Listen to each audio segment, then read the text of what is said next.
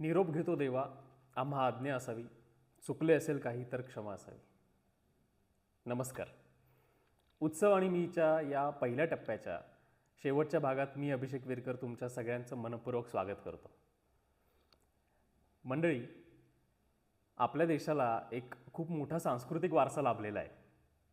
त्याचं महत्त्व जाणून आपली संस्कृती, आपल्या परंपरा यांची बीजं परदेशातील मातीत रुजवण्याचं, ती वाढवण्याचं आणि संवर्धन करण्याचं काम करणारे काही थोर व्यक्ती आपल्यात आहेत. त्यामुळे आपली संस्कृती, आपले उत्सव, आपल्या परंपरा ह्या परदेशातील नागरिकांना आणि परदेशात स्थायिक झालेल्या आपल्या भारतीयांना समजाव्यात, त्यांची माहिती मिळावी यासाठी महत्त्वपूर्ण काम करतात ते. तसेच आज आपला गणेशोत्सव खूप मोठ्या प्रमाणात आणि उत्साहात पार पडताना आपण पाहतो.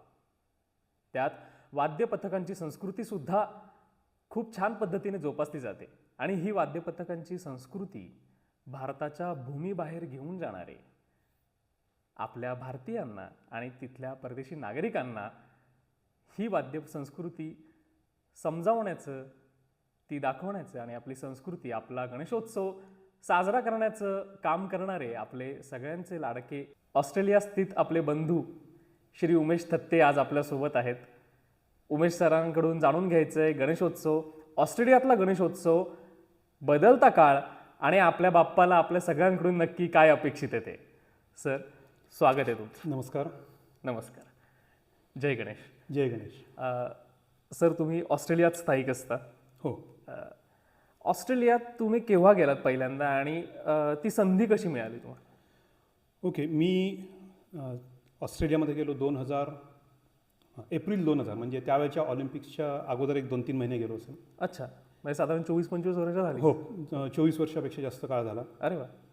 आणि त्यावेळेला मी नवीन संधी बघत होतो भारताबाहेर जाण्याच्या. काही परदेशात जाऊन वेगळं काहीतरी करायला मिळावं, वेगळ्या पद्धतीचं काम करायला मिळावं आणि असा एक विचार मनात होता. पण अमेरिका आणि इंग्लंडपेक्षाही अमेरिकेमध्ये काही जे मित्र गेले होते त्यांच्याकडून जो एक फीडबॅक मला मिळाला की नाही, ते मोर वर्कोहोलिक टाईप कल्चर आहे आणि मला थोडंसं फॅमिली ओरिएंटेड कल्चर हवं होतं. त्यामुळे ऑस्ट्रेलिया त्या दृष्टीने मला चांगलं वाटलं आणि म्हणून मी ऑस्ट्रेलियाला मायग्रेट व्हायचा निर्णय घेतला. तर 2-2.5 वर्षाची प्रोसेस ती होती एक. पण 2000च्या सुरुवातीला मला व्हिसा मिळाला आणि 2000च्या एप्रिलमध्ये मी भारत सोडून ऑस्ट्रेलियाला गेलो. पण त्यावेळी 2000चा काळ, त्यावेळी भारताच्या बाहेर स्थायिक होणं जरा अवघड असेल. हो, आता मी गेलो तो परमनंट रेसिडेंट व्हिसा म्हणून एक व्हिसाचा प्रकार आहे. अच्छा. Skilled migrant. तर त्याच्यामध्ये पहिली 2 वर्ष सरकार तुम्हाला काही मदत करत नाही. त्याच्यानंतर मग सोशल सिक्युरिटी फॅसिलिटी सुरू होतात. तर पहिली 2 वर्ष तुम्हाला तिथे जाऊन तुम्हाला प्रूव्ह करावं लागतं की तुम्ही त्यांचा समाज जो आहे त्याच्यावर भार होणार नाही आहेत, तुम्ही त्यांना काहीतरी द्यायला आला आहेत, काही घ्यायला नुसते आलेले नाही आहेत. वा. आणि त्याच्यासाठी मग तुम्हाला तिथे गेल्यानंतर स्वतःची एक ओळख निर्माण करायला लागते तुमच्या कामातून. कारण तिथे तुमच्या नावाला काही किंमत नसते, तुमच्या क्वालिफिकेशन्सना ओळखणारं कोणी नसतं. तर मग स्टार्टिंग फ्रॉम स्क्रॅच ज्याला म्हणतात तसं काम आणि प्रत्येकालाच करावं लागतं. मलाच असं नाही, प्रत्येकालाच करावं लागतं. मग हळूहळू तुम्ही वेगवेगळ्या ठिकाणी प्रयत्न करत टप्प्याटप्प्याने आपली प्रगती करायची असते. आणि जे देवाच्या दयेने, बाप्पांच्या कृपेने थोडंफार मी करू शकलो. अरे वा, बाप्पांची कृपा आहे म्हणाला. नक्कीच नक्कीच. गणपती बाप्पाशी नातं कसं आहे आणि गणेशोत्सवासोबत कधी नाळ जुळली? ओके, आमच्या घरी अर्थातच लहानपणापासून 1.5 दिवसाचा गणपती असायचा. आता आमचे बरेच मित्र म्हणायचे की बरोबर, तुम्ही कोकण असताना पाहुण्याला जास्त वेळ टिकवून ठेवणार नाही, 1.5 दिवसातच कट होता. म्हटलं आम्हाला त्याच्याशी अटॅचमेंट करायला 1.5 दिवस पुरतो म्हटलं. त्यामुळे पहिल्यापासूनच गणपतीबद्दल घरात आमच्या प्रचंड जिव्हाळा होता. आणि त्याच्यानंतर सोसायटीमधला गणेशोत्सव जवळपास एक 7-8 वर्ष मी मंडळ चालवलं तिथे. आणि नोकरी लागल्यानंतर स्वाभाविक ते आमच्या सोसायटीतल्या ज्युनियर मुलांकडे गेला आणि माझा त्याच्यातला सहभाग मर्यादित राहिला. अच्छा. पण भारताबाहेर गेल्यानंतर गणेशोत्सव खूप मिस करायला लागलो आम्ही. कारण तो एक उत्सव असा आहे की जो नुसताच धार्मिक नाही तर सामाजिक उत्सव आहे. बरोबर. माणसांना, समूहाला एकत्र आणणारा उत्सव आहे, विशेष करून मराठी माणसांना. त्यामुळे आम्ही तिथे तो जास्त मिस करायचो. मग हळूहळू जवळपासच्या एखाद्या देवळामध्ये गणेशोत्सव असा सुरू झाला. आमच्या म्हणजे मी राहतो तो भाग साऊथ वेस्ट सिडनीचा आहे तो. अच्छा. साधारण मेन शहरापासून 40 किलोमीटरवर. तर तिथे मिंटो नावाचा एक सबब आहे. तर त्या देवळामध्ये काही मराठी लोकांनी एकत्र येऊन गणपती उत्सव करायला सुरुवात केली आणि अशी तिथे गणेशोत्सवाची सुरुवात झाली. त्याच्या अगोदर ऑबन नावाच्या एका उपनगरामध्ये तिथेही काही मराठी लोकांनी एकत्र येऊन तिथेही गणेशोत्सवाला सुरुवात केली होती. पण सिडनीचा विस्तार इतका मोठा आहे, 70-80 किलोमीटर एंड टू एंड ज्याला म्हणता येईल तेवढं अंतर असल्यामुळे वेगवेगळ्या भागामध्ये गणेशोत्सव होणं हे लोकांच्या सोयीचंही होतं आणि नैसर्गिकही होतं. अरे वा. तिकडे ऑस्ट्रेलियात तुम्ही गणेशोत्सव इतक्या मोठ्या प्रमाणात साजरा करताय, पण गणेशोत्सवात आपण एक वाद्यपथक, वाद्यांचा आवाज आला की चाहूल लागते आपल्याला गणपती बाप्पाची निश्चित, निश्चित. उत्सवाची. ऑस्ट्रेलियात ढोल ताशा पथक कधी सुरू केलं तुम्ही? ती संकल्पना कधी आली की सुरू करूया? संकल्पना म्हणजे त्याची गंमत अशी झाली की 2007ची मिरवणूक मला अजून लख्ख आठवते.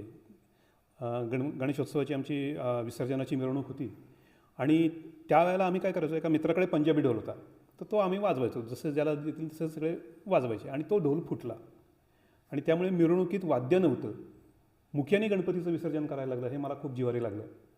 त्या दिवशी मी घरी आलो आणि बायकोला म्हटलं की आज खूप वाईट वाटलं मला की बाप्पांना मुख्याने निरोप द्यायला लागला. मी काही करेन, पण पुढच्या वर्षी गणेशोत्सवाच्या आत मी एक पथक सुरू करेन इथं. अरे वा. आणि देवानीच माझ्याकडून तो संकल्प वधवून घेतला. मग त्याच्यानंतर डिसेंबरमध्ये पुण्यात आलो आणि मी महाराष्ट्र मंडळचा विद्यार्थी मुळात, त्यामुळे तिथे आमचं ढोल लेझिम ह्या सगळ्या गोष्टी नियमित व्हायच्या. पण ढोल बांधणं हे काम कधी आम्हाला करायला लागलं नाही. शाळेचे पिऊन ढोल बांधायचे, आम्ही लेझिमवर नाचायचो किंवा ढोल वाजवायचो. पण ढोल बांधण्यापासूनची सुरुवात आपल्याला करायला लागणार हे कळल्यानंतर मग मी पुण्यामध्ये कुठे सामान मिळतं किंवा कोण ते बांधायला शिकवेल व्यवस्थित, ह्याला सुरुवात केली. आणि त्यावेळेला शिवगर्जना हे पथक त्यावेळेला उलाढाल पिक्चरच्या निमित्ताने खूप प्रकाशात आलं होतं. अगदी सर. तर माझा एक मित्र त्याच्यात वाजवायचा. तर तो म्हणलं की अरे आमचे राजहंस मेहेंदळे म्हणून आहेत, तर त्यांच्याकडे आपण जाऊया, ते तुला सांगतील की कुठे चांगलं सगळं साहित्य मिळेल. तर त्यांच्याशी बोलल्यानंतर ते म्हणले अरे तुम्ही छान काम करताय, हे भारताच्या बाहेर आपली ढोल ताशा संस्कृती जाते, तर आम्ही तुम्हाला आमच्याकडून काही सामान गिफ्ट देतो. वा. तर म्हणजे त्यांनी सद्भावाने दिलं म्हणून आम्हाला काही तसा प्रॉब्लेम नव्हता. म्हटलं मोस्ट वेलकम. आणि तिथे मग 3 ढोल, 2 ताशे, 2 झांजा एवढं साहित्य पहिल्यांदा त्यांनी आम्हाला दिलं आणि ते घेऊन मी सिडनीला परत गेलो. अरे वा. तिथे ढोल ताशांनी समुद्र ओलांडला. हो वा. तुम्ही म्हणाल की 3 ढोलने सुरुवात केली तुम्ही. हा पथकाचा प्रवास पुणे ते ऑस्ट्रेलिया, एक 3 ढोलपासून सुरुवात केली आणि ते आता संख्या वाढली असेल, हा प्रवास कसा दिसतो तुम्हाला? खूपच इंटरेस्टिंग प्रवास होता. मला आठवते की पहिल्यांदा आम्ही ढोल नेला. आता तुम्हाला सगळ्यांना ऑस्ट्रेलिया न्यूझीलंडचे क्वारंटाईन नावाचा एक प्रकार ऐकला असेल की क्रिकेटर्सचे शूजना मातीला असलेली पण त्यांना चालत नाही, अतिशय कडक आहेत ते लोक. अच्छा. ते त्यांना लेदर चालत नाही कुठलंही, त्यामुळे ते सरळ त्या गोष्टी उचलून फेकून देतात. त्यामुळे ढोल ताशाची पानं तिथे नेल्यानंतर ती क्वारंटाईनच्या प्रोसेसमधून पहिल्या दिवशी त्यांनी सांगितलं आम्हाला हे चालणार नाही, आम्ही फेकून देणार आणि ते डिस्कार्ड करायचे, तुम्हाला $300 दंड लावू. अरे बापरे. पहिल्या दिवशी मी गेलो, थक्कच झाला. अरे बापरे म्हटलं आता ढोल कसा जाणार. मग तिथे एक काम करणारा फिजी इंडियन माणूस होता. तो म्हणला रुख जरा कला आणा, एवढंच हळूच सांगून गेला तो. दुसऱ्या दिवशी एक माणूस आला, तो जरा मऊ स्वभावाचा होता. तर त्याला माझ्याकडे त्याच सेटमध्ये मी एक तबला पण टाकला होता. तो तबला वाजवून दाखवला आणि म्हटलं हे माझं पर्सनल इक्विपमेंट आहे आणि ते मी इकडे तिकडे कुठे नेणार नाही, कारण ऑस्ट्रेलियामध्ये डेअरी उद्योग खूप मोठा आहे आणि त्याच्यासाठी म्हणून ते कातड्यावर कंट्रोल करतात, कारण गायींना इन्फेक्शन होऊ नये म्हणून. अच्छा. अतिशय स्ट्रिक्ट रूल्स आहेत. तर दुसऱ्या दिवशी त्या माणसाला काय वाटलं कोणाच ठाऊक, बाप्पानेच काहीतरी त्याच्या डोक्यावरून सोंड फिरवली असेल की बाळा शहाण्यासारखा वाघ. आणि तो म्हणला ठीक आहे, मला काही प्रॉब्लेम दिसत नाही, घेऊन जा. म्हणजे 1.5 दिवस मी त्या क्वारंटाईनच्या ऑफिसमध्ये बसून होतो. पण तिथून ते ढोल सुटले आणि नशीबवानी त्याच्यानंतर फायबरचे ढोल सुरू झाले की ज्याला क्वारंटाईनचा काही इश्यू नाही. त्यामुळे आता आम्हाला मटेरियल न्यायला काही प्रॉब्लेम येत नाही. तिथे मिळत नाही मटेरियल. हा, मग ते मटेरियल कसं, मग तुम्ही पुण्यातून सगळं दरवेळेला न्यावं लागतं कार्गो करून. बरं. त्यामुळे पिंप सुरुवातीला आमचा 21 ते 20-25 असा एकात एक बसेल असा पिंपांचा सेट होता आणि लेदरची पानं होती. त्याच्यानंतर रेग्युलर आम्ही पुण्यातून फायबरची पानं न्यायला लागलो. अच्छा. आणि मग त्याला परत गोंड लावायची. तर ती गोंड कुठून आणायची, ते इथल्या मंडळाच्या लोकांना स्वतःला फारशी गोंड लावायला लागत नसावी असा माझा अंदाज आहे, पण तिथे सगळंच आम्हाला करायचं. मग त्याला अल्टरनेटिव्ह म्हणून वेगवेगळे सिलिकॉनचे डायफ्राम आम्ही बनवले, ओतून घेतले आणि मग ते गोंड म्हणून आत लावून ते कसे वाजतात त्याच्या ट्रायल्सवर आमचे बरेच दिवस गेले.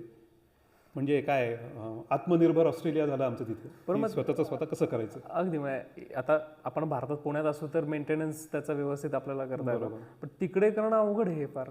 हे सगळं मग तुम्हालाच करावं लागतं सगळं, हो, अवघड आहे. म्हणजे सुविधा काहीच नाही. हां, इथे जो त्याचा बेसिक सपोर्ट जो असतो, टेक्निकल सपोर्ट, तो वादकांना मिळतो. आम्ही वाहकही आम्हीच, ते कुठेही न्यायचं असलं तरी आणखीन ते बनवणारेही आम्हीच. ढोल बांधा, रिपेअर करा, सगळं करायचं. पण त्याच्यात मजा असते. क्या बात. पण मग तिथे तुमची अशी इच्छा आहे का की तिथे सुरू व्हावं ढोल ताशांची एक मेंटेनन्स करणं, तिथे त्याची काळजी घेणारं कोणीतरी असावं? मेंटेनन्स, आता नंबर ऑफ ढोल्स तिथे तसे मर्यादित असतात, त्यामुळे तो फुल टाईम व्यवसाय म्हणून कोणी करणार नाही. पण ते पथकामध्ये आल्यानंतर प्रत्येकाला ढोल कसा बांधायचा ते शिकवणं, अच्छा, हे मॅन्डेटरी असतात. तुम्ही स्वतःचे ढोल स्वतः बांधल्याशिवाय तुम्ही ढोल वाजवायचा नाही, हे एक शिस्त आहे. मग ही पथकाची बांधणी कशी केली तिकडे? लोकांना, आपल्या समुदायाला तिकडे इन करणं पथकामध्ये? सुरुवातीला आम्ही 3 जण होतो. मी, संदीप ओक म्हणून एक मुंबईचा विद्यार्थी, तो मित्र होता माझा, आणि वेंगुर्लेकर म्हणून आमचे एक वरिष्ठ तिथले होते. त्यांना दोघांना मी सांगितलं की अरे माझ्याकडे ढोल येणार आहेत, पण माझ्याकडे जागा नाही आहे, माझं घर छोटं होतं. तर ते म्हणले की काही काळजी नाही, आम्ही पण पूर्वी थोडंसं वाजवलेलं आहे, तर आमच्या घरी आपण ती पिंप ठेवू आणि आपण वाजवायला सुरुवात करू. अशी म्हणजे ढोल तिथे पोचायच्या अगोदर आमचं 3 जणांचं पथक होतं आहे. त्याच्यानंतर शिवगर्जनामधले एक गोखले म्हणून आहेत, ते त्याच्यानंतर थोड्याच दिवसात तिथे मायग्रेट झाले, आणि ढोल म्हटल्यानंतर बरोबर त्यांना वास लागला ढोलाचा, ते बरोबर आम्हाला येऊन जॉईन झाले. आणि त्यांनी ढोल बांधण्याच्याबद्दल शिवगर्जनामधले जे काय टेक्निकल्स होत्या त्याचे आमच्याशी म्हणजे त्यांनी आम्हाला ते खूप चांगलं शिकवलं की जे आम्हाला माहीत नव्हतं. त्यामुळे ढोल बांधणं या प्रकारात गोखले हे आमचे सगळ्यांचे त्या याच्यातले गुरु होते. अरे वा. आणि मग पहिल्यांदा ज्यावेळेला त्या देवळात ढोल वाजला त्यावेळेला म्हणजे मराठी जनता वेडं होणं म्हणतात, तो अनुभव घेतला त्यांनी. मला आठवतं आहे 2009च्या गणेशोत्सवामध्ये तिथे हेलेन्सबर्ग नावाचं एक अप्रतिम सुंदर मंदिर आहे समुद्राकाठचं. तर तिथल्या लोकांनी आम्हाला बोलावलं की तुम्ही इथे ढोल वाजवा. ते कशाचं मंदिर आहे? कसं आहे, तिथे ते मूळ व्यंकटेश मंदिर आहे, साऊथ इंडियन लोकांचं. पण आपले देव जे आहेत ना, ते परदेशात गेलं की आपल्यासारखेच वागतात. इथे आपल्यामध्ये तू मराठी, गुजराती, बंगाली हे असे भांडणं असतात. भारताबाहेर गेलं की आपण सगळे भारतीय म्हणून राहतो. तसेच देव पण तिथे गेले की सगळे देव एकाच देवळात गप्प राहतात. इथे शनीचं देऊळ, गणपतीचं देऊळ हे वेगळं वेगळं असतं. तिथे सगळे देव एकाच देवळात तुम्हाला बघायला मिळतील. त्यामुळे ते मोठं मंदिर आहे, व्यंकटेश त्याचं एक वेगळं मंदिर आहे, पण सगळेच देव तिथे बघायला मिळतील. तिथे गणेशोत्सव होतो. साऊथ इंडियन लोक तिथे खूप मोठ्या प्रमाणावर येतात. अच्छा. तर तिथे आम्ही ढोल वाजवला. आणि मला आठवतं की एक मराठी बाई की ज्या 25-30 वर्षापूर्वी भारत सोडून गेल्या होत्या, आणि ढोल ताशा सुरू झाल्यानंतर त्यांना अश्रू आवरेनात, त्या नाचतही होत्या, ढसाढसा रडतही होत्या आनंदाने. आणि त्या क्षणी कळलं की अरे देवाने आपल्याला काय चांगली गोष्ट करायची संधी दिली. वा. खूप अतिशय तो एक इमोशनल मुवमेंट म्हणतात तशी होती ती माझ्यासाठी. वा. तुम्ही ह्याआधी म्हणजे ऑस्ट्रेलियात जाण्याआधी, कधी पथक सुरू करण्याआधी पुण्यामध्ये पथकात सहभागी झालात का? आमच्या काळात खूप पथकं ही संस्कृती नव्हती. आता खूप पथकं आहेत आणि अतिशय चांगली गोष्ट आहे ही. एक कॉम्पिटिटिव्ह क्वालिटी अवेअरनेस म्हणतात तसं येतं की मी तुझ्यापेक्षा चांगलं वाजवेन. पण आमच्या वेळेला म्हणजे 85-90 या काळामध्ये पथकं फारशी नसायची.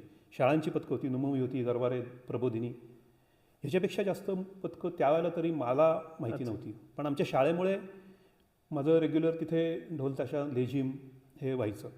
त्यामुळे ह्या कलेशी संबंध होतं, नातं होतं. वा. पण पथक या संस्कृतीशी त्यावेळेला एवढं नव्हतं. पण नंतर यायला लागल्यानंतर इकडे साधारण 2007-08च्या नंतर इथे ज्यावेळेला पथकं बघत गेलो, अतिशय छान वाटतं की किती वेगवेगळ्या प्रकारांनी त्यांची डेव्हलपमेंट होती आहे, नंबर वाढतो आहे, क्वालिटीही वाढते आहे. तर ही संस्कृती छान फोफावते असं वाटतं मला. वा. एक प्रत्येकाला जाणून घ्यायची इच्छा असते खरं तर की आपल्या देशाबाहेर उत्सव कसा साजरा होत असतो, आणि ते तुमच्यासारख्यांकडून आम्हाला खूप चांगल्या पद्धतीने समजतं. असंच समुदायाने आपलं एकत्र राहावं. पण ज्यावेळी आपला समुदाय हा एकत्र येऊन तिकडे गणेशोत्सव साजरा करतो मोठ्या प्रमाणात, तर जसं तुम्ही आता सांगितलं त्या आजीबाईंचं उदाहरण दिलं की त्यांना खूप आनंद झाला, डोळ्यातून अश्रू आले त्यांच्या. तसेच आणखी काही अविस्मरणीय क्षण आहेत का तुमचे उत्सव साजरा करताना तिकडे? हो, गणेशोत्सव साजरा करताना म्हणजे गणेशोत्सव हा एक मोठा विषय झाला. मी त्याच्यातला छोटासा भाग आहे ढोल ताशा हा. पण तिथे सिडनीमध्ये गणेशोत्सव साजरे करणारे बरेच लोक आहेत. माझ्यापेक्षा सिनियर आहेत, माझ्यापेक्षा खूप जास्त काम केलेले लोक आहेत. त्याच्यात एक मिंटोचा गणेशोत्सव मोठा आहे की जिथे आमच्याकडे साधारणपणे तिथे शनिवार रविवार गणेशोत्सव साजरा होतो. 7 दिवस इतक्या मोठ्या प्रमाणात होत नाही. संध्याकाळी आरती होते तेवढेच. पण शनिवार रविवार आम्ही पूर्ण वेळ देवळातच राहायला गेल्यासारखे असतो. अच्छा. आणि जवळपास 1500 लोकांचं जेवण त्या दिवशी आम्ही तिथे करतो.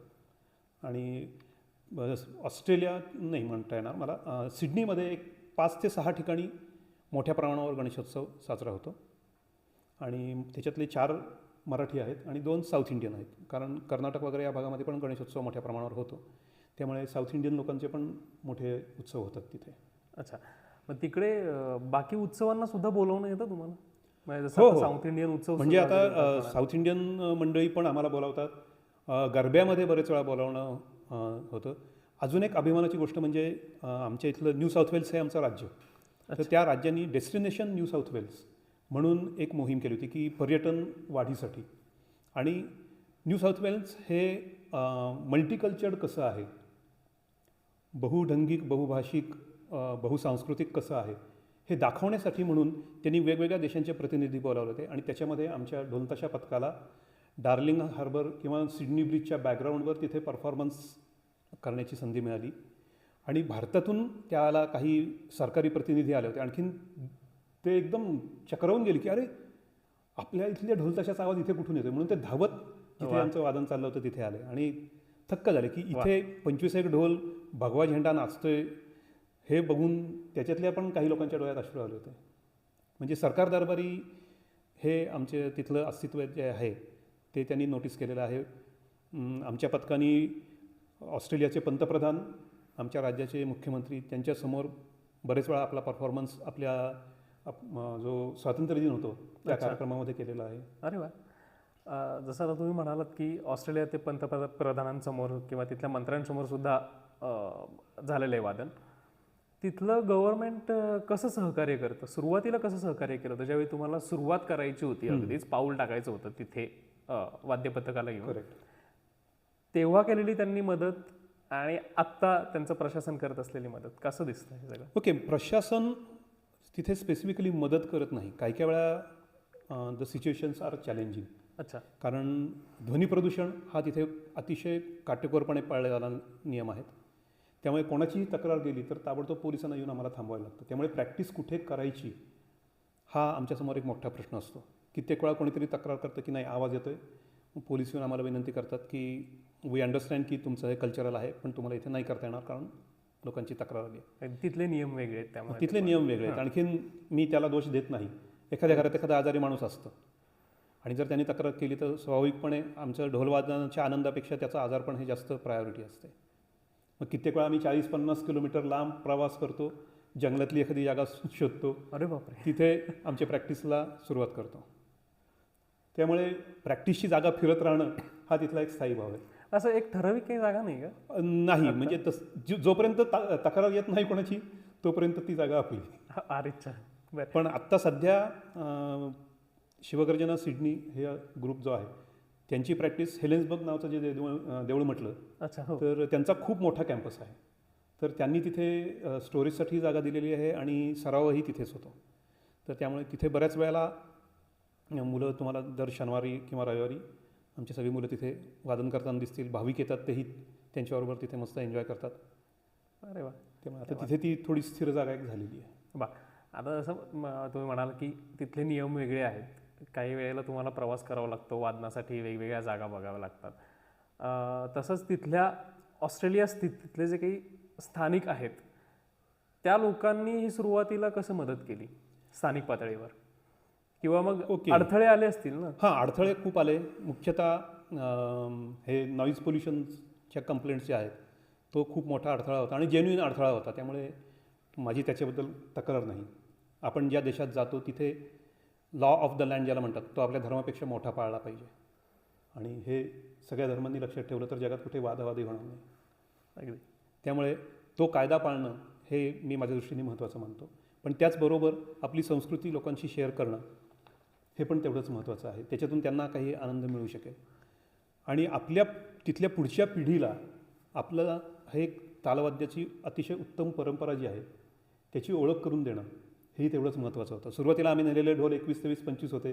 ती छोटी मुलांना ते झेपायचे नाहीत. मग आम्ही 14, 17, 19 या साईजचे ढोलांचे 2 सेट नेले. हळूहळू मुलं त्याच्यावर शिकायला लागली आणि आता खूप तरुण मुलं उत्तम वाजवणारी आहेत. आणि लोकल लोकांचं म्हणाल तर आम्हाला काही वेळा असाही अनुभव आला की त्या मिरवणुकीत ज्या वेळेला ते ढोलाचे बीट्स सुरू होतात त्यावेळेला वेस्टर्न वर्ल्डमधली जी मंडळी आहेत म्हणजे स्थानिक ऑस्ट्रेलियन किंवा तिथे जे युरोपियन आलेले आहेत त्यांना पण ते ॲड्रेनालिन त्यांचा हाय होतं आणि ते आमच्याबरोबर मनसोक्त नाचतात. अरे वा. कॅनबेरा ही आमची राजधानी आहे. त्या तिथे काही राष्ट्रीय पातळीवरचे महोत्सव होतात. अच्छा. तिथलं इन्व्हिटेशन येतं आम्हाला परफॉर्मन्सचं. वा. आणि यू कॅन सी की शेकडो युरोपियन मंडळी किंवा ऑस्ट्रेलियन मंडळी ही ढोल ताशाच्या तालावर यथेच्छ नाचत आहेत. वा, क्या बात. आणि हा आपल्या संस्कृतीचा विजय आहे. खरं आहे. मग जसं ते थिरकतात आपल्या वादनावर तसंच ते त्यांनाही कुठेतरी वाटत असेल ना की आपण पण वादन केलं पाहिजे. तर असं काही ऑस्ट्रेलियन नागरिक आहेत का जे तुम्हाला जोडले गेले वादनासाठी? अजूनपर्यंत नियमित वाजवणारे नाही आहेत. अच्छा. पण आमच्याकडे बंधन काही नाही की यांनी यावं त्यांनी यावं. 1-2 जण आले होते, थोडे दिवस त्यांनी वाजवलं अँड दे मूव्ड ऑन. नवीन येतात. अच्छा. पण नियमित आपल्या मराठी कम्युनिटी इतके रेग्युलर ते नाहीत. आणि थोडंसं काय की आपल्या ढोलाचे जे नॉईज लेवल आहेत त्याची त्यांना सवय नसते. त्यामुळे काही काही वेळा ते that is one of the barriers की ते पटकन जॉईन होतील. पण त्यांना आपलं वादन आवडतं, कुतूहल आहे. बरेच वेळा येऊन ते त्याचे व्हिडिओ काढतात, फोटोज काढतात आणि ते शेअर करतात त्यांच्या मीडियावर. वा. एक कम्युनिटी एंगेजमेंट आपण म्हणू. निश्चित निश्चित. मग फक्त भारतीयच नाही तर तिथले हो. सगळे. आणि थोड्या दिवसांनी आता आमची तिथली पुढची मुलं जी आहेत ती जेवढी पथकामध्ये इन्व्हॉल्व्ह होतील त्यांचे भारतीय नसलेले मित्र पण हळूहळू जॉईन होतील. त्यामुळे ते अरे वा. हे वाढत जाणार आहे हे नक्की आहे. मग लोकल ऑर्गनायझेशन्स काही असतील तुमच्यासोबत असतात म्हणजे जोडले जातात? हो, गणेशोत्सव मंडळं जी आहेत वेगवेगळी. आता ब्लॅकटाऊन भागामध्ये गणेशोत्सव मंडळ आहे. इकडे मिंटोला मराठी कट्टा म्हणून एक आमचं जुनं गणपतीचं जिथे आपल्या पथकाची सुरुवात झाली ज्या गणेशोत्सवामध्ये तर तिथले मराठी कट्टा म्हणून आहे. सह्याद्री सिडनी नावाची एक संस्था आहे की जी शिवाजी महाराजांच्याबद्दल तिथे खूप काम करते. अरे वा. किंवा मराठी कम्युनिटी म्हणून खूप काम करते. तर हे सगळ्या वेगवेगळ्या ऑर्गनायझेशन्स ज्या आहेत त्या आहेत. तिथलं मराठी मंडळ आहे सिडनीचं. त्यांच्या कार्यक्रमामध्ये ढोल ताशाला एक मानाचं स्थान असतं. आणि त्याच्याशिवाय गुजराती कम्युनिटी आहेत त्यांचे गरबा असतो. अरे वा. त्याला ते आवर्जून आम्हाला वेगळा मराठी बीट पण पाहिजे म्हणून ढोल ताशाला निमंत्रण अरे वा. करतात. भारीच. पंजाबी लोक आहेत ते पंजाबी ढोल आणि मराठी ढोल ताशा याचं कोलॅबरेशनसाठी म्हणून आमच्याबरोबर काम करतात. क्या एकी दिसून येते. हो, नक्कीच.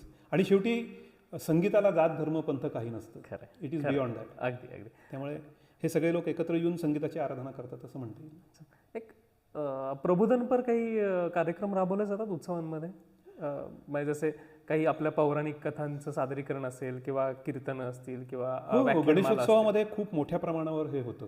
अच्छा. आता एक भक्तिसंगीताचा कार्यक्रम होतो मिंटोच्या देवळात दरवर्षी 2.5 ते 3 तास. आणि लहान लहान मुलं अगदी 7-8 वर्षापासूनची मुलं तिथे भक्तिसंगीतामध्ये पार्टिसिपेट करतात. अरे वा. तिथे जे म्हणजे काय म्युझिक स्कूल्स म्हणता येतील तर त्या म्युझिक स्कूलकडून ते पार्टिसिपेट करतात. त्याच्याशिवाय कल्चरल प्रोग्रॅम्स होतातच गणेशोत्सवामध्ये. आणि माझ्या माहितीप्रमाणे 1000 लोकांच्या कॅपॅसिटीचा हॉल जरी असला तरी तो आमचा साधारणपणे 3 दिवसात फुल होतो. एवढी या कार्यक्रमांना रिस्पॉन्सेस असतात. अरे वा. त्यामुळे गणेशोत्सवातून सांस्कृतिक प्रबोधन होणं आणि कीर्तनासारखे प्रकार तिथे सादर होणं हे देखील तिथे नियमित होतं. आणि कीर्तन म्हणजे फक्त भारतातले येणारे कलाकार असं नाही तर स्थानिक कलाकार देखील कीर्तन त्याच्यासाठी बसवून त्या गोष्टी सादर करतात. अरे वा. तसं ऑस्ट्रेलिया आता एक वेगळा देश म्हटल्यावरती तिथे त्यांचं सामाजिक वातावरण वेगळं आहे. तर त्यांच्याशी आपल्या वादनांनी जुळवून घ्यायचं असेल तर त्यासाठी काही वेगळ्या प्रकारे रिसर्च करावा लागतो का आणि मग आपल्या वादनाची पद्धतसुद्धा बदलावी लागते का?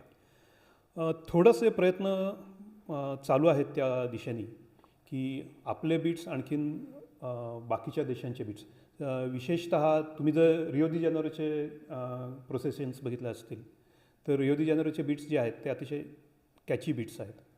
तर आता मी रिसेंटली काही ब्राझिलियन्स बरोबर चर्चा केली होती अच्छा. की त्यांच्याबरोबर कोलॅबरेटिव्ह बीट्स कसे करता येतील. म्हणजे पंजाबी लोकांबरोबर तर ते निश्चितच होऊ शकतं, कारण त्यांचे पण भांगड्याचे बीट्स जे आहेत ते खूप छान आहेत. पण बियॉन्ड दॅट ब्राझिलियन बीट्स मला खूप जवळचे वाटतात ढोलाच्या, आणि त्या दृष्टीने माझा प्रयत्न चालू आहेत. त्या एक कोलॅबरेटिव्ह ग्रुप फॉर्म करायचे. अरे वा. कल्चरल ज्या काही आपल्या ॲक्टिव्हिटीज आहेत त्यांची देवाणघेवाण पण होते. बरोबर. आणि हां. मुळात ढोल या वाद्यामध्ये थोडंसं टेक्निकल मॉडिफिकेशन्स करायचं डोक्यात आहे, काम चालू आहे त्याच्यावर. त्याचं काही चांगलं फलित मिळालं तर निश्चितच तुमच्याकडे परत येऊन सांगेन. वा, नक्कीच नक्कीच आवडेल. बरेच असं बातम्यांना वगैरे ऐकायला येतं की आम्ही बघतो की ऑस्ट्रेलियात अनेकदा तापमान वाढ मोठ्या प्रमाणात होते किंवा वातावरणातले बदल खूप जास्त प्रमाणात होतात, वणवे लागतात, आगीच्या घटना घडतात. बरोबर. तर तापमान जेव्हा खूप वाढतं त्यावेळी ह्या सगळ्या गोष्टींची काळजी कशी घेता तुम्ही आपल्या जे काही वाद्य आहेत त्यांची? अगदी महत्त्वाचा प्रश्न आहे हा. स्पेशली लेदरचे जर ढोल असतील तर त्याच्या पानांवर त्याचा निश्चित परिणाम होतो. मला आठवतं मी पहिल्यांदा जो लॉट नेला होता लेदरचा, तर एक वेळ मी बाहेर हॉलमध्ये झोपलेला असेल, पण ती ढोलाची पानं आहेत ती AC रूममध्ये ठेवलेली असायची. तर ती काळजी घ्यावी लागते. आणि जनरली आम्ही ज्यावेळेला वाजवत नाही त्यावेळेला ढोल त्याची पानं सोडवून ती स्टॅक करून ठेवतो. त्यामुळे एक्सपान्शन ऑफ डायफ्रॅमचा जो इश्यू होतो तो तेवढा होत नाही त्या तिथे. तुम्ही जर ढोल ताणून ठेवलेले असतील आणि टेम्परेचर वाढलं तर निश्चितच त्याचा प्रॉब्लेम होतो. आणि गणेशोत्सव तिथे ज्यावेळेला साजरा होतो ऑगस्ट सप्टेंबर या काळात, त्यावेळेला तिथे थंडी संपून उन्हाळा सुरू होत असतो. त्यामुळे टेम्परेचर हे बऱ्यापैकी चांगलं असतं. पण बाकी वेळेला जर आम्ही नोव्हेंबर डिसेंबर जानेवारीमध्ये जर काही इव्हेंट करत असू तर मात्र थोडीशी आम्हाला ती काळजी घ्यावी लागते की ढोल दरवेळेला बांधणं सोडणं हे रिपिटेटिव्ह करावं लागतं, कारण ते डायफ्रॅम्स खराब होऊ नयेत. अच्छा. हो, बापरे. खरंच खूप काळजी घ्यावी लागते अशा वेळी, कारण आपलं वातावरण वेगळं, तिथलं वातावरण वेगळं. तर ह्या सगळ्या गोष्टींना फायबरनी वादनातली गोडी थोडी कमी झाली आहे. पण म्हणजे मला वैयक्तिक लेदरचे ढोल आवडतात वाजवायला, पण सोय खूप झाली आमची. मिरवणुकांच्या होती, आपल्या मिरवणुका खूप जास्त प्रमाणात इथल्या फेमस आहेत. तर तिकडच्या मिरवणुकांचं कसं असतं, विसर्जन मिरवणुकांचं मिरवणुका होतात का, आणि त्या किती तास चालतं किंवा त्याची प्रोसेस काय? मिरवणुका होतात. मला आठवतं आहे मिंटोची एक मिरवणूक खूप माझ्या स्मरणात आहे की जवळपास 50-50 किलोमीटरवरून ड्राईव्ह करून गाड्या भरभरून लोक फक्त ढोल ताशावर नाचायला आले होते. अरेच्छा. म्हणजे किमान 200 लोक असे होते की ते 50 किलोमीटरचा प्रवास करून फक्त ढोल ताशा तिथे वाजणार आहे म्हणून नाचायला आले होते. आणि त्यामुळे जवळपास 2-2.5 तास म्हणजे आम्ही किती 7 किंवा 8 जणच वाजवणारे होतो. त्यामुळे आमच्या हाताचे पार तुकडे पडले होते. पण 2-2.5 तास आम्ही बडवत होतो ढोल, आणि त्यावेळेला लोक नाचत होते. अख्ख्या देवळाच्या भोवतीचा परिसर पूर्ण माणसांनी भरला होता. आम्ही मध्ये वाजवतोय आणि अख्ख्या देवळाभोवतीचे ग्राउंडवर लोक नाचत आहेत. 1500 लोक त्यावेळेला त्या कार्यक्रमाला आले होते. अरे वा. पण साधारणपणे वेळ बघितला तर 2 ते 2.5 तासापेक्षा जास्त मिरवणुका आम्ही करत नाही. नॉईज पोल्युशन हाही एक भाग आहे. आणि जनरली तिथले जे उत्सव असतात ते शनिवार रविवार एवढेच मर्यादित असतात. अनंत चतुर्दशी हा आपल्या इथे जसा एक वेगळा दिवस आहे विसर्जनाचा, तसं तिथे नसतं. अच्छा. त्यामुळे सोमवारी सकाळी 7 वाजता परत आम्ही पाट्या टाकायला कामावर पळायचं असतं. त्यामुळे मिरवणुका आम्हाला मर्यादित ठेवणं ही गरजही असते आणि ते शहाणपणाचंही आहे असं मला वाटतं. वा. तिथे काही प्रसिद्ध गणपती मंदिरं आहेत, मंडळं अशी? गणपती मंदिरं नाही, पण मी जशी म्हटलं तशी स्पेसिफिकली नुसती देवळं जी म्हटली तर ती खूप छान आहेत. हेलेन्सबर्गचं तर खूप प्रसिद्ध आहे, अतिशय सुंदर समुद्रकिनाऱ्यावरचं. म्हणजे जर कोणीही सिडनीला येणार असेल तर त्यांनी हेलेन्सबर्गच्या देवळाला भेट देणं चुकवू नका. नंतर मिंटो म्हणून जे मी सबब म्हटलं तिथे छान देऊळ आहे. ऑबनमध्ये एक देऊळ आहे, ते थोडंसं छोटं एका घरामध्ये बांधलेलं देऊळ आहे. आणि परत ग्रॅनविल वगैरे या भागामध्ये आता बरीच देवळं व्हायला लागलेली आहेत. आणि मी जसं म्हटलं तसं गणपती सगळीकडे आहेत. रादर कुठल्याही धार्मिक कार्याची सुरुवातच आपण गणेश पूजनाने करतो. त्यामुळे त्या पूजनाला देवळाची सुरुवात करायची म्हटल्यावर त्यांना पहिलं गणेश पूजन आणि गणपतीची स्थापना करायलाच लागते. त्यामुळे बाप्पा आल्याशिवाय कुठलं काम पुढे सरकणार नसतंच. बरं. आता यापुढे काही पथकांसाठी फ्युचर प्लॅन्स आहेत तुमचे? तिकडे तिथे प्रमाण वाढलं पाहिजे किंवा लोक? हो, ॲडलेडमध्ये पथक सुरू झालेलं आहे ऑलरेडी, म्हणजे बरीच वर्ष झाली आहे. मेलबर्नमध्ये उत्तम पथक आहे. ब्रिस्बेनमध्ये आता रिसेंटली एक 5-7 वर्षापूर्वी पथक सुरू झालेलं आहे. आता लोकसंख्या जसजशी वेगवेगळ्या शहरामध्ये वाढेल तसं तसं तिथे पथकं सुरू होतील. पर्थमध्ये अजून माझ्या ऐकिवात तरी पथक नाही आहे, पण मी आत्ता तिथे काही लोकांशी बोलतो आहे आणि जर थोडंसं अजून मराठी पॉप्युलेशन तिथलं वाढलं तर मग मी तिथे जाऊन तिथे काहीतरी सुरू करायची इच्छा आहे. बापाने तेवढी एनर्जी मला द्यावी अशी इच्छा आहे. वा, नक्कीच ती एनर्जी मिळेल. ऑस्ट्रेलियातलं पारंपरिक खेळ काही सादर होतात गणेशोत्सवाच्या दरम्यान? पारंपरिक खेळ नाही, अच्छा. म्हणजे आपल्याकडे जसं दांडपट्टा वगैरे म्हणतात तसे ऑस्ट्रेलियन पारंपरिक खेळ गणेशोत्सवात अजून तरी सादर नाही झालेले. बरं, मग त्यांचे वाद्य फक्त जर कधी हां, आता हे जे मी म्हटलं की कोलॅबरेटिव्ह जे आहे ब्राझिलियन ड्रम बीट्स किंवा वेस्टर्न ड्रम बीट्स ह्याच्याबरोबर जर कोलॅबरेटिव्ह काही झालं तर मे बी नजीकच्या काळामध्ये गणपती उत्सवामध्ये वेस्टर्न ड्रम्स आणि ढोलताशे हे एकत्र परफॉर्म करताना पण आपल्याला बघायला मिळू शकतील. पण इट्स वर्क इन प्रोग्रेस, त्यामुळे आत्ता त्याच्याबद्दल खूप काही बोलणं हे योग्य होणार नाही, कारण अगोदर करून दाखवून मग बोलावं असे आपल्याकडे शहाण्यांनी सांगून ठेवलेले आहे. यापुढे येणाऱ्या काळात आता परदेशात इतकी वेगवेगळ्या देशांमध्ये पथकं असतील आहेतच, तर त्यांनी आपल्या ढोलताशा किंवा वाद्यपथकांनी कल्चरल ॲक्टिव्हिटीजच्या एक्सचेंजमध्ये कशी भूमिका निभावली पाहिजे असं वाटतं? पहिली गोष्ट म्हणजे वेगवेगळ्या देशांमध्ये त्यांना जे प्रॉब्लेम्स येतात ते एकमेकांशी शेअर करणं, कारण भारताबाहेर बऱ्याचशा देशांमध्ये काही प्रॉब्लेम्स कॉमन असणार आहेत. नॉईज पोल्युशनची मॅनेजमेंट म्हणा किंवा दुसऱ्या संस्कृतीच्या लोकांबरोबर आपण जे कोलॅबरेशन करतो की अरे आम्ही आमच्या इथे ह्या लोकांबरोबर असं कोलॅबरेशन केलं, तुमच्या इथे त्या टाईपचे लोक आहेत का, किंवा तुमच्याकडे ब्राझिलियन ड्रम्सवाले आहेत का, मग यू कॅन कोलॅबरेट. हे आमच्याकडचे ताल आम्ही असे त्यांच्याबरोबर बसवले. व्हिडिओ शेअर करणं वगैरे या गोष्टी आता इतक्या सोप्या झालेल्या आहेत की ज्या आमच्याकडे 2000मध्ये नव्हत्या. 2007ला मला वाटतं शिवगर्जनाची त्या उलाढाल पिक्चरमधली एक आणि त्यांची एक गुरुजी दालेंची मिरवणूक ह्याची एक CD होती जी माझ्या घरात लिटरली 2 महिने गणपतीच्या अगोदर अखंड वाजत असायची. अरे वा. आणि माझा मुलगा 4 वर्षाचा होता, तो हातात लाटणं किंवा पळी वगैरे जे काय मिळेल ते घेऊन त्या मुलांना कॉपी करत सोफ्याच्या बाजूला ते वाजवत असायचं. That was the only source we had. पण आता इंटरनेटमुळे हे जे देवघेव आहे ती खूप सोपी झालेली आहे. त्यामुळे वेगवेगळ्या देशातल्या मंडळांनी एकमेकांशी ब्रिजिंग करणं, बरोबर, हा एक सांस्कृतिक पूल बांधणं हे आपल्या संस्कृतीच्या आणि ढोलताशा वादनाच्या दृष्टीने खूप महत्त्वाचं होईल. आणि नवीन नवीन मुलांच्या कल्पनांना वाव देणं, कारण लोकल मुलं जी आहेत ना त्यांच्या खूप क्रिएटिव्ह कल्पना असतात. आमच्यापेक्षा खूप पुढे जाऊन ते काहीतरी वेगळा विचार करतात, कारण ते तिथे वाढलेले आहेत. अगदी. तिथल्या संस्कृतीला मॅच होईल असं काही कसं करावं हे त्यांना खूप चांगलं कळतं. तर त्या मुलांना एकमेकांशी बांधणं एवढंच आमचं आता जुन्या पिढीचं काम आहे. मग ते आपोआप ही कला पुढे नेतीलच.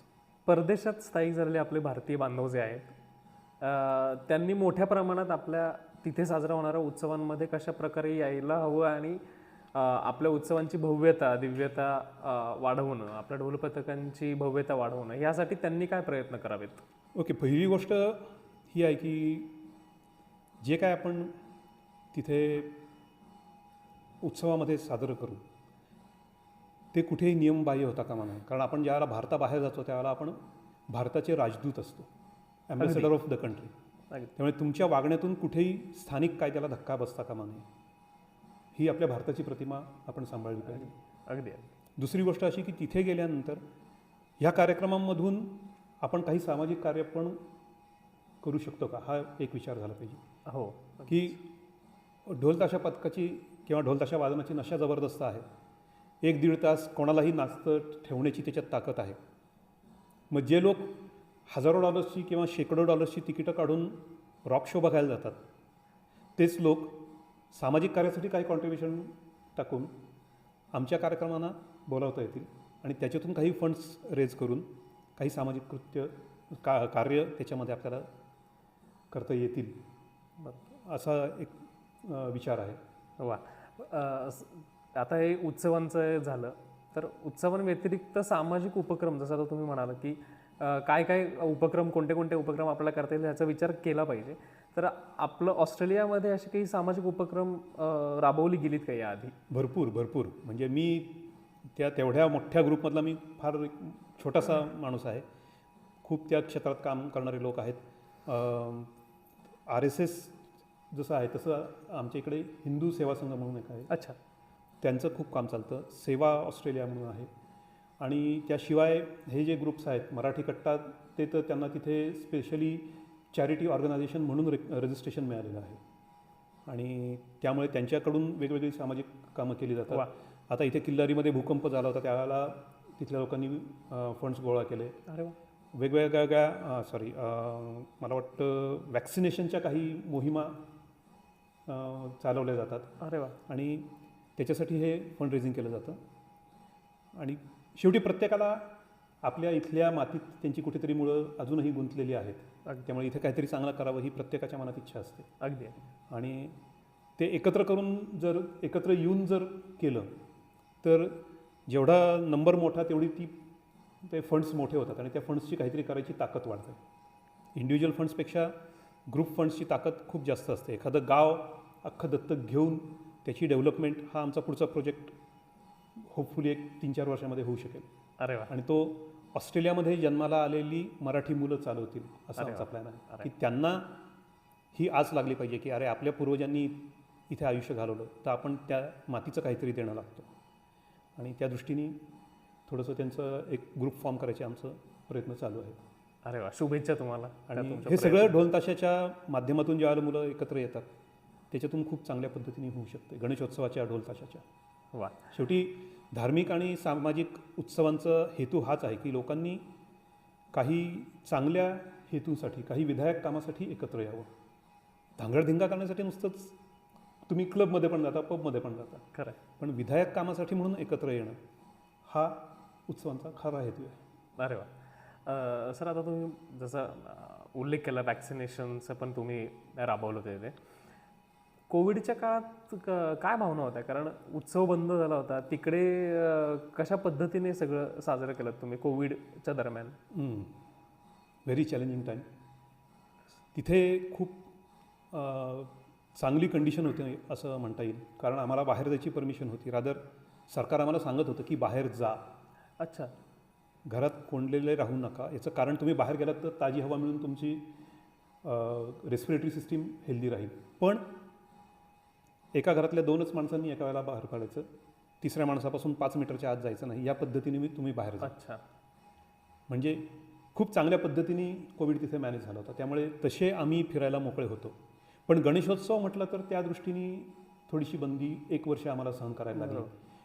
पण त्याच्यानंतर म्हणजे इथे त्यावेळेला अजूनही थोडी जास्त रिस्ट्रिक्शन्स होती. त्या मानाने आम्हाला तिथे 25 किंवा 50 अशा ठराविक नंबर्समध्ये एकत्र येऊन उत्सव साजरा करायला परमिशन मिळाली होती. वा. आणि कोविड संपल्यानंतर तर आता काय आनंदच आहे सगळा. आहे आणि विघ्नहर्ता आहे. विघ्नहर्ता आहे, त्यांनी सगळं मॅनेज केलेलं आहे. खरं. सर, तुम्ही जे पथक स्थापन केलं, आता त्या पथकाची पुढची वाटचाल कशी? प्रामाणिकपणे सांगायचं तर मी 2008मध्ये पथक स्थापन केलं. एक 5-6 वर्ष त्याची पूर्ण जबाबदारी होती माझ्याकडे. म्हणजे फायनान्स उभा करण्यापासून वाद्य आणणं वगैरे सगळं. पण 2013च्या सुमारास 2013-14ला मी कमिटी एक फॉर्म केली की एकाच्या मेंदूच्या पेक्षा 6 मेंदू एकत्र आले आणि त्यांनी जर काही विचार मंथन केलं, ज्याला ब्रेनस्टॉर्मिंग म्हणतो आपण, तर तसं केलं तर चांगल्या आयडियाज निघू शकतील. म्हणून मी ते कम्युनिटीला हँडओव्हर केलं आणि आय स्टेप बॅक. पण ते म्हणजे नंबर पुढे वाढतच गेला आणि त्यावेळेला मला वाटतं आमच्याकडे 18 ढोल होते. आता 40 ढोल आणि 12 ताशे एवढं मोठं पथक झालेलं आहे. मी फक्त सदिच्छा भेट देतो कारण माझं लक्ष आता ढोलाच्या टेक्निकल डेव्हलपमेंटवरही आहे. आणि ऑस्ट्रेलियामध्ये एखाद्या ठिकाणी जर पथक नसेल तर तिथे जाऊन काहीतरी करून तिथे एक पथक सुरू करायचं, याचे माझे प्रयत्न चालू असतात. अरे वा. त्यामुळे हे पथक जे आहे ते आता नवीन मंडळी बघतात. आता ती नवीन मंडळी पण जुनी झाली आहेत. मिलिंद डेंगळे म्हणून आमचा एक खूप उत्तम कार्यकर्ता आहे. तो सगळं पथक बघतो आता आणि अतिशय शिस्तीने ते चालवतो. खूप नवीन मुलं येत आहेत. त्यामुळे ते पथक निश्चितच सिडनीतलं एक उत्तम पथक झालेलं आहे. उत्तम वादक आहेत. आणि मेलबर्न आणि आमच्या सिडनीच्या पथकाची कधीतरी अशी वाटेवर कुठेतरी आपल्याकडे जशी कुठल्या चौकात होते तशी कधीतरी जुगलबंदी होईल अशी इच्छा आहे. अरे वा. व्हावीच खरं तर. नक्कीच. नक्की. आणि येणाऱ्या पिढीतले नवनवीन उमदे तरुण हो, उभे राहतील, कारण तुम्ही आहात मार्गदर्शन करायला त्यांना. हां, आता मी खरं सांगायचं तर शिवगर्जना शिरणी हे आमचं जे मूळ पथक आहे त्याची सगळी सूत्र आता मिलिंदच्या ताब्यात आहेत. पण आता भारतातून तिथे स्टुडंट विसावर येणारे नवीन जे मुलं आहेत की जे इथे पूर्वी पथकामध्ये वाजवत होते, ते तिथे येऊन वाजवतात, मनसोक्त वाजवतात, त्यांची स्किल सेट्स तिथे ॲड होत आहेत. अरे वा. आणि तिथे जन्माला आलेली मुलं जी आहेत त्यांना पण 5-6 वर्षाची असतानापासून पालक हाताला घेऊन येतात की बघ रे दादाबरोबर वाजव ढोल. So they are building their skills. अरे वा. तर हे पथक निश्चितच मोठं होत जाणार आहे. शेवटचा प्रश्न तो म्हणजे आपल्या सगळ्यांकडून उत्सवादरम्यान आणि ऑस्ट्रेलियातल्याही उत्सवांदरम्यान बाप्पाला नक्की काय अपेक्षित आहे? ओके, आपल्या घरातले मोठे जे असतात त्यांना आपण नमस्कार करतो. नमस्कार केल्यानंतर ते काय म्हणतात? मोठा हो, शहाणा हो. बाप्पाला आपल्याकडून शहाणपणाने वागायची अपेक्षा आहे, बाकी काही नाही. वा. की वेड्यासारखे वागू नका रे, माझ्या नावावर तुम्ही वेड्यासारखे किमान वागू नका. एकत्र येत आहे तर ते चांगल्या कामासाठी एकत्र या, आपली संस्कृती पुढे न्या, दुसऱ्यांची संस्कृती समजून घ्या.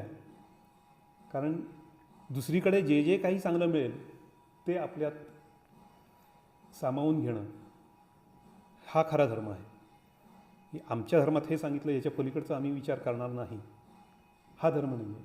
जो सर्वसमावेशक आहे, चांगले विचार ॲब्सॉर्ब करायची ताकद ठेवणारा आहे, तो खरा धर्म आहे. आणि त्यामुळे गणेशोत्सवातून जेवढे चांगले विचार, विधायक विचार एकत्र येतील ते सगळे भक्तांनी एकत्र आणावेत. आणि एकूणच पीस अँड हार्मनी जेवढं वाढवता येईल तेवढं वाढवावं अशी नक्कीच बाप्पाची आपल्याकडून अपेक्षा असणार आहे. वा. मंडळी, सरांसोबत छान गप्पा झाल्या. कारण इतका वेळ काढून आणि ऑस्ट्रेलियाहून ते आलेत आपल्याशी गप्पा मारायला. सरांकडून खूप छान तिथला उत्सव समजला आणि बाप्पाला नक्की काय हवं आहे, तर शांततेने एकतेने आपण हा उत्सव साजरा करूयात आणि चांगल्या गोष्टी आत्मसात करून पुढे जाऊयात. जसा बाहेर परदेशात सगळे भारतीय एकत्र येऊन उत्सव साजरा करतात तसे आपणही एकत्र येऊयात की इथे. सर, तुम्ही वेळात वेळ काढून आलात, त्याबद्दल खूप आभारी आहोत.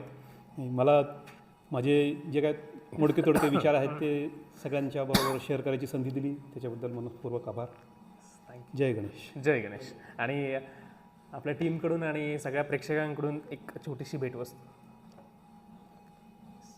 थँक्यू. धन्यवाद.